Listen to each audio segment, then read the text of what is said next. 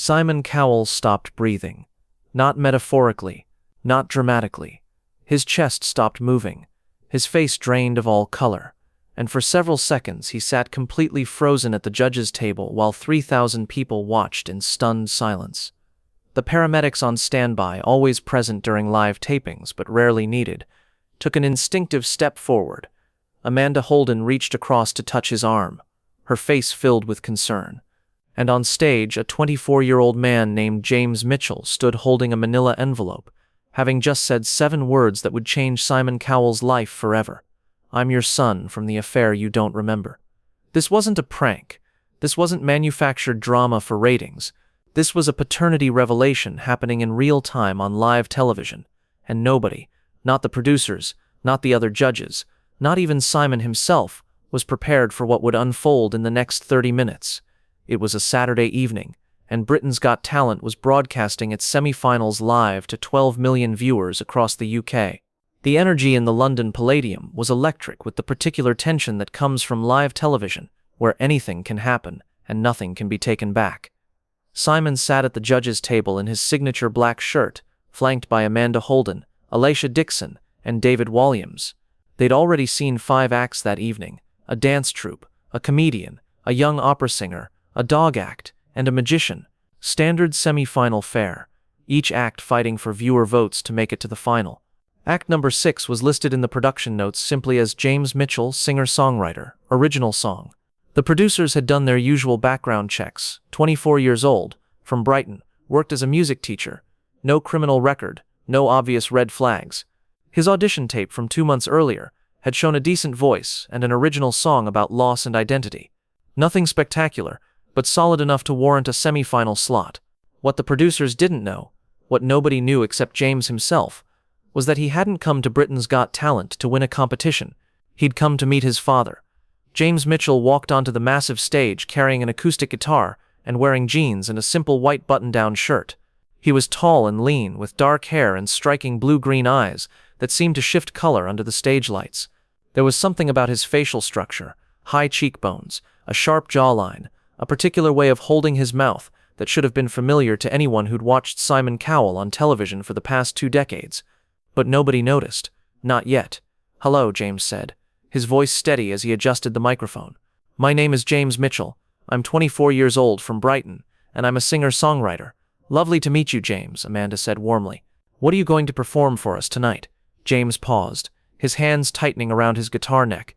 "I'm going to sing an original song, but before I do, I need to tell you why I wrote it. I need to tell you a story that I've been carrying for 6 months, since the day my mother died, and finally told me the truth about where I came from."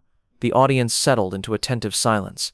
Backstories were standard on talent shows, but something in James's tone suggested this wasn't going to be typical. Simon leaned back in his chair, arms crossed, ready to listen with the practiced patience of someone who'd heard thousands of contestant stories. "I was raised by a single mother," James began. "Her name was Ella Thompson. She worked as a secretary, then later as an office manager. She raised me alone from the day I was born. I never knew my father. Every time I asked about him as a child, my mother would say the same thing. 'Your father was someone I knew briefly. It didn't work out, but he gave me you, and that was enough.' She never spoke badly about him. She never said he abandoned us or didn't care. She just said it was complicated, and left it at that." Simon's expression remained neutral, but something flickered across his face. Perhaps recognition that this story was heading somewhere specific, somewhere that might require more than his usual judging criteria. "6 months ago," James continued, his voice catching slightly, "my mother was diagnosed with stage 4 pancreatic cancer. She declined rapidly.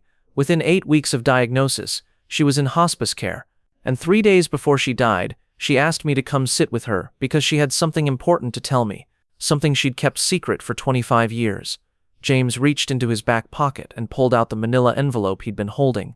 "She gave me this envelope and told me not to open it until after she was gone. She said it contained the truth about my father, his name, evidence of their relationship, and an explanation of why she'd never told me or him about me." The judges were fully attentive now.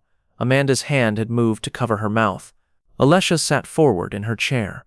David looked concerned, and Simon remained still, his eyes fixed on James with an intensity that suggested his internal alarm system had been activated.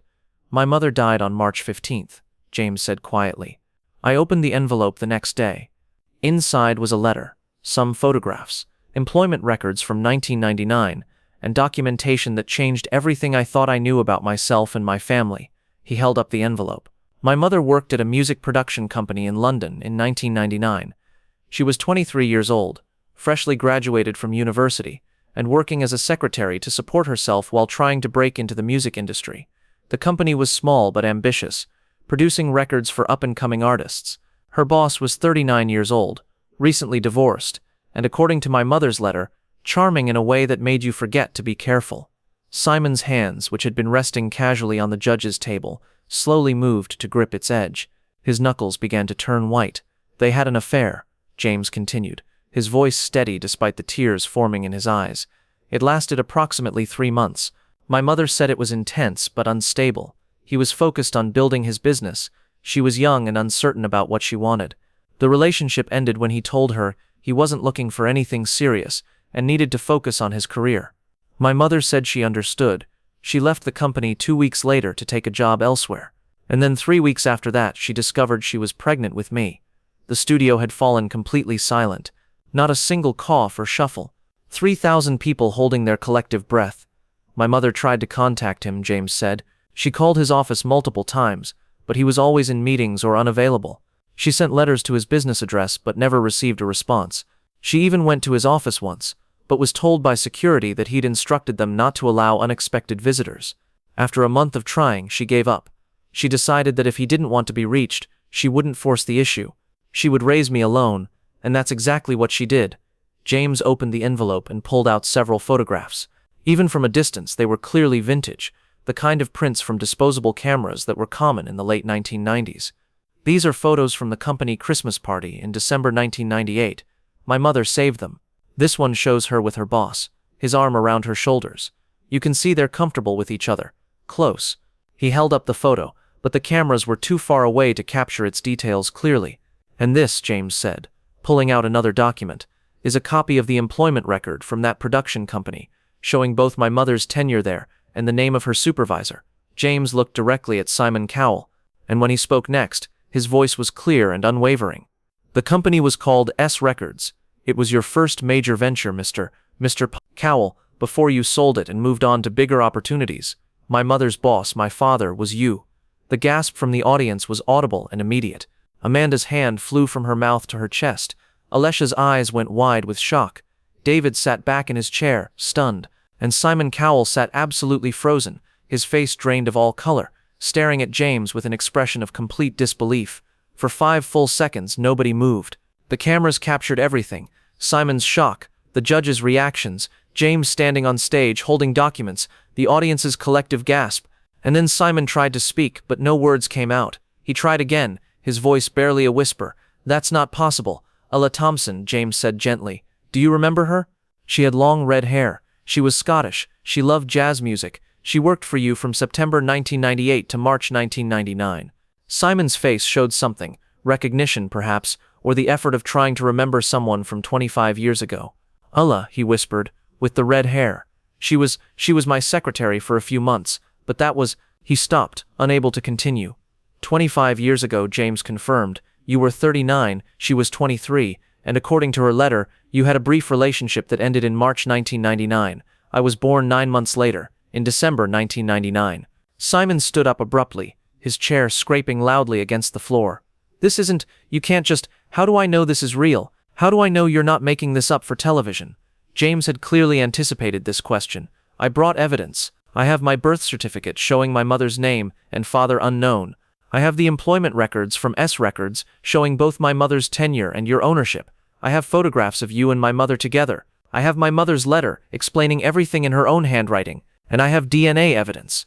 The entire studio seemed to inhale at once. "DNA evidence," Simon repeated, his voice hollow. 3 months ago, you appeared at a music industry charity event at the Dorchester Hotel," James explained calmly. "I was there working as a server. I take extra jobs to supplement my teaching income. You drank champagne from a glass. After you moved away from the bar, I kept that glass. I had the DNA extracted from your saliva and tested against my own DNA through a certified laboratory." He pulled another document from the envelope. "The results came back 5 weeks ago. 99.99% probability of paternal relationship. We share a father-son genetic connection, Mr. Cowell. I'm your son." Simon Cowell stopped breathing. It wasn't dramatic exaggeration. His chest literally stopped moving. His face went from pale to gray. His eyes seemed unable to focus. And then slowly, his knees began to buckle. Amanda jumped up, grabbing his arm. "Simon." Alesha rushed around the table. The paramedics who'd been standing by ran forward. Simon was guided back into his chair, where he sat with his head in his hands, struggling to breathe properly. "Get him some water," someone shouted. "Give him space," another voice called. The cameras kept rolling because this was live television and there was nowhere to cut. 12 million people watched as Simon Cowell had what appeared to be a panic attack on live television. After 30 seconds that felt like 30 minutes, Simon lifted his head. His eyes were red, his face was wet with tears or sweat or both, and when he looked at James, still standing patiently on stage, his expression was one of devastation mixed with something that might have been hope. "I need to see the documents," Simon said hoarsely. "All of them, right now." The production team made a decision in that moment that would become part of television history. They stopped the live broadcast for commercial break and brought Simon the documents on stage.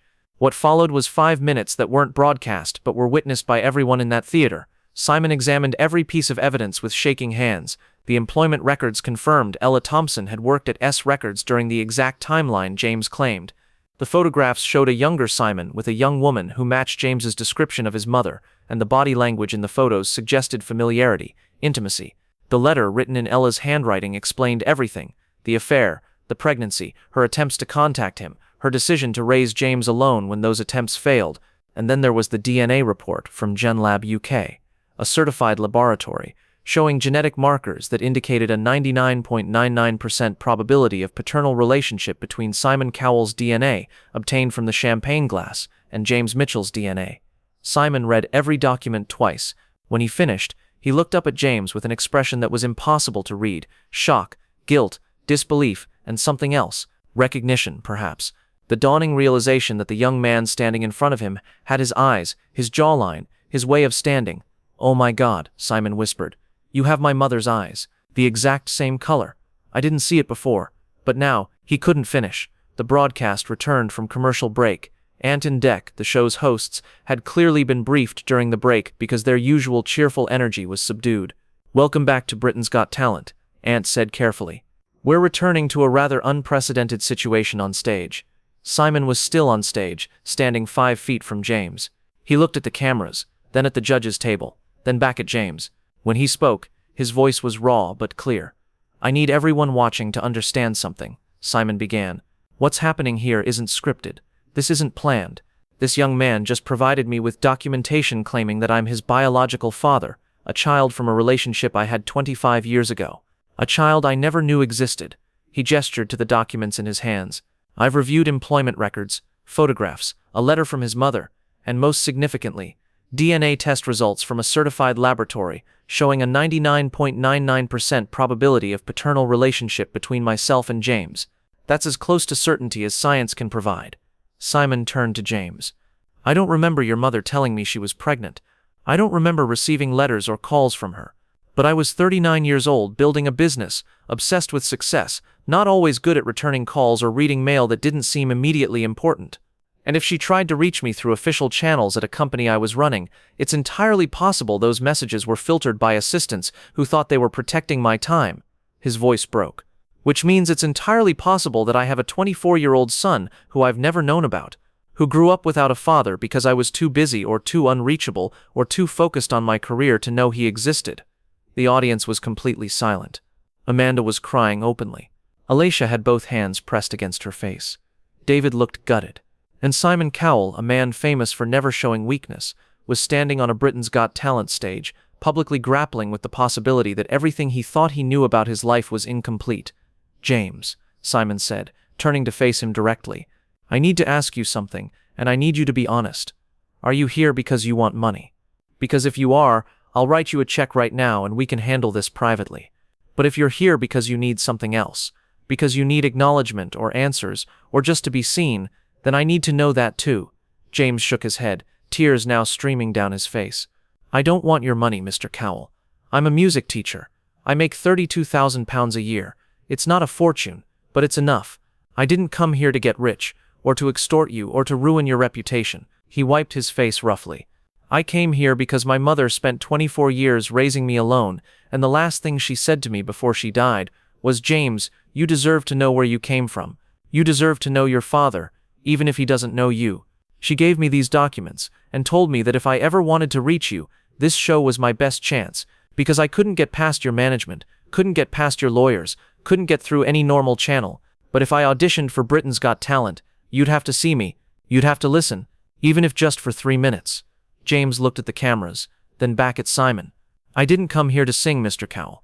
I came here because for 24 years, you've been a ghost in my life, a name my mother wouldn't say, a face I'd see on television and wonder if that was where I got my eyes or my voice or my love of music. I came here because I needed you to know I exist, that you have a son, that I'm real." Simon made a sound that was half sob, half gasp. He stepped forward and did something unprecedented. He reached out and pulled James into a hug. Not a polite hug, not a camera-friendly embrace, but the desperate hug of someone clinging to a truth they can't quite process but can't deny. "I'm so sorry," Simon said, his voice muffled against James's shoulder. "I'm so sorry I wasn't there. I'm so sorry your mother had to do it alone. I'm so sorry you grew up without knowing me. If what these documents say is true, and I believe they are, then I failed you. I failed you before you were even born, and I can't ever get those 24 years back." They stood there for a long moment while the cameras captured everything.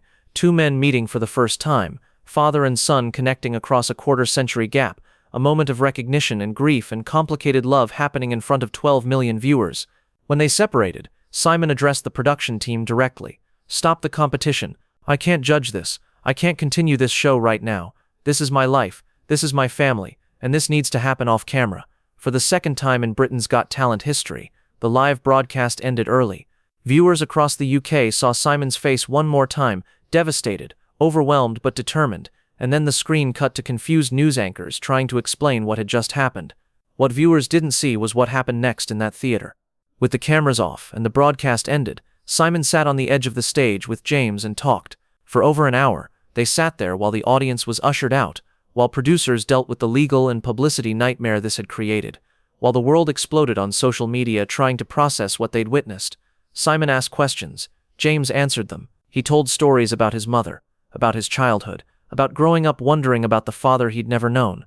He showed Simon more photographs, baby pictures, school photos, moments that Simon had missed, and Simon told James about his own life, his career, his regrets, his fear that he'd spent so long chasing success that he'd missed what actually mattered.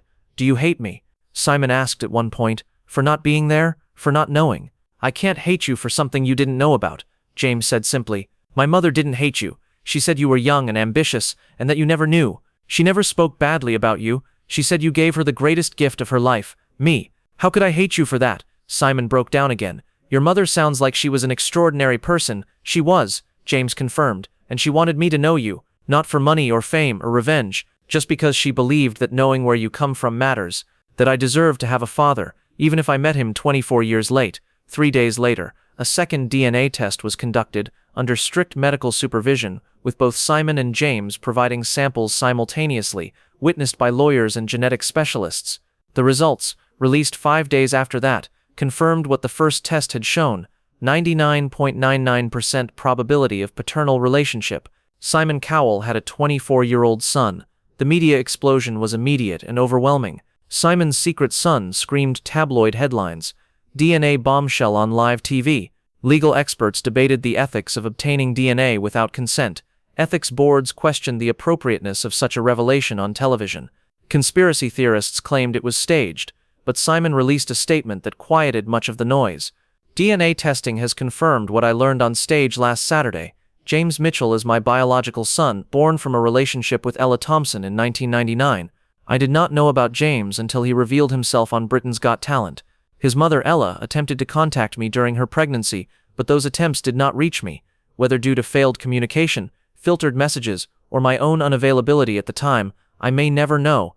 What I do know is that for 24 years, a remarkable young man grew up without his father, and a remarkable woman raised him alone. I have missed 24 years of my son's life. I cannot change that, but I can commit to being his father from this moment forward.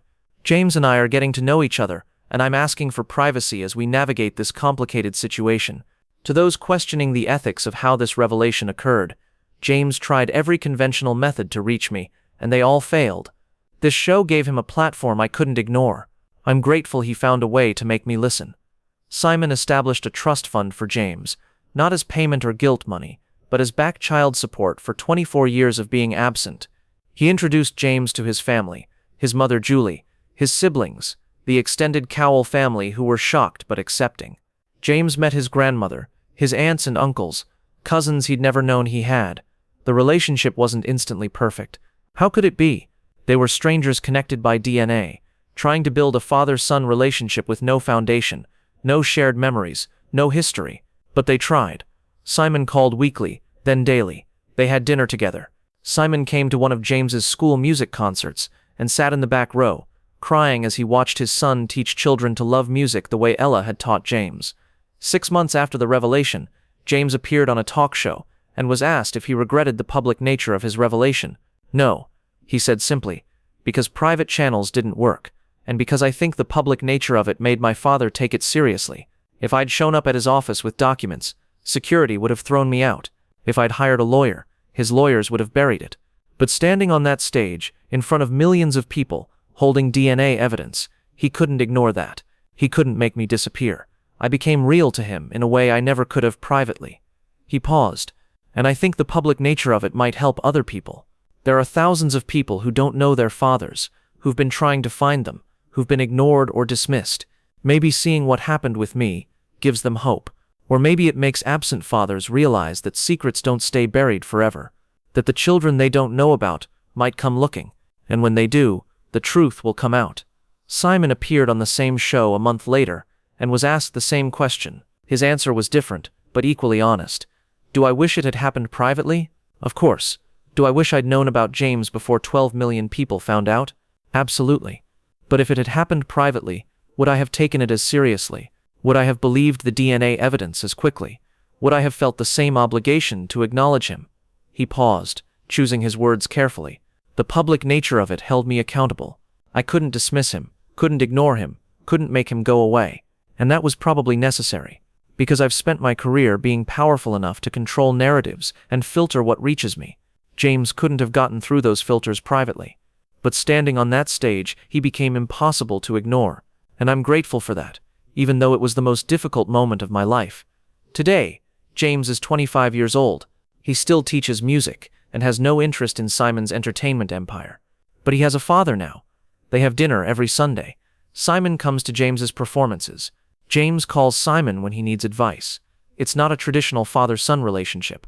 They miss too much time for that. But it's real, and it's theirs, and it's built on truth. Simon keeps the letter Ella wrote to James, the one explaining everything, in a frame in his private office. Not as decoration, but as a reminder that his actions have consequences, that people he's forgotten remember him, that the life he thought he knew completely was incomplete, and James keeps his mother's photographs, the ones showing young Simon and young Ella at that Christmas party in 1998, before everything changed. He looks at them sometimes and tries to imagine what might have been if his mother's messages had reached Simon, if the filters hadn't blocked her, if communication hadn't failed. But mostly, he looks forward, because he found what he was looking for. Not money, not fame, not revenge, just acknowledgement, just the chance to look his father in the eye and say, I exist, I'm real, I'm yours. And Simon Cowell, a man who thought he knew everything about his own life, learned that the most important truths are sometimes the ones we don't know we're missing until someone stands on a stage, holds up DNA evidence, and says 7 words that change everything. I'm your son from the affair you don't remember. That's not entertainment. That's life crashing into a television studio and refusing to be ignored. That's truth demanding to be acknowledged, even when acknowledgement is painful. That's a young man brave enough to stand in front of 12 million people and claim his birthright, not Simon's money or fame, but simply the right to be known by his father. Simon stopped breathing that night.